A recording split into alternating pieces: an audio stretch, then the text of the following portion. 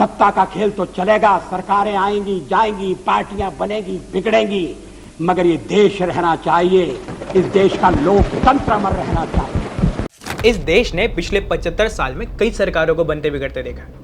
बहुत से गठबंधन बने, कुछ जन कल्याण के लिए तो कुछ सत्ता के लोभ में। भारत के सबसे ऐतिहासिक गठबंधन की नींव रखी थी हमारे लोक नायक स्वतंत्रता सेनानी जयप्रकाश नारायण ने। इंदिरा गांधी के द्वारा लगाए गए इमरजेंसी काल में जहां देश में जगह जगह प्रोटेस्ट चल रहे थे, वहीं जेपी मोरारजी देसाई के साथ मिल जनता मोर्चे के सहारे सरकार से जवाब मांग रहे थे। आजादी के बाद पहली बार देश में कांग्रेस के अलावा किसी और पार्टी का नाम गूंज रहा था। 25 जून 1975 फखरुद्दीन अली अहमद उस वक्त के राष्ट्रपति ने देश में इमरजेंसी की घोषणा कर दी। हर तरफ से जनता दल और बाकी विपक्षी नेताओं को जेल में बंद करना शुरू कर दिया गया। यहाँ तक कि प्रेस को भी पूरी तरीके से सेंसर कर दिया गया था।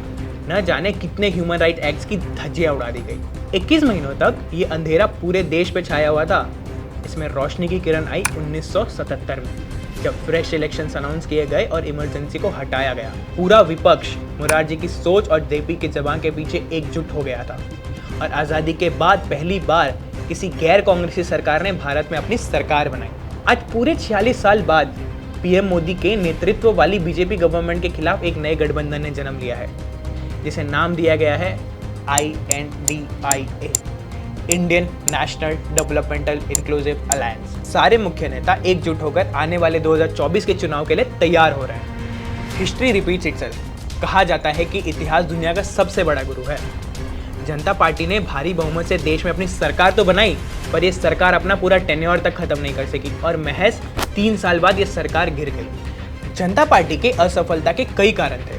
हर पार्टी की अपनी अलग जड़ें होती हैं, अपनी अलग सोच होती है और अपनी एक अलग विचारधारा होती है। इन सब का पहले तो एक साथ आना मुश्किल है और साथ काम कर पाना तो और भी मुश्किल है। और इन सब के साथ मोरारजी देसाई की घटती लोकप्रियता। जनरल इलेक्शन 2024 के लिए लगभग 1 साल के आसपास का वक्त बचा है। इंडिया कोएलिशन के नाम को लेकर विवाद की खबरें बाहर आ रही हैं। जनता दल का एक चेहरा था और एक आवाज़ थी, पर इंडिया कोएलिशन अब तक अपना नेता नहीं चुन पाई है। साथ ही साथ अलग अलग स्टेट से इंडिविजुअल पार्टीज अंदरूनी विवाद के कारण कमज़ोर हो गई हैं। और दूसरी तरफ भाजपा के नेतृत्व में एनडीए गठबंधन चुनाव की तैयारियों में भी जुट गया है। हम जानते हैं कि 1977 का वक्त अलग था और आज का वक्त अलग है, पर किसी भी काल में लोकतंत्र में एक मजबूत विपक्ष का होना सबसे ज़्यादा ज़रूरी है।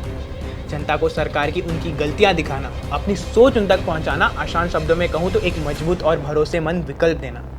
अब इतिहास अपने आप को दोहराएगा या फिर भारत में एक नया इतिहास लिखा जाएगा, ये तो आने वाला वक्त ही बताएगा।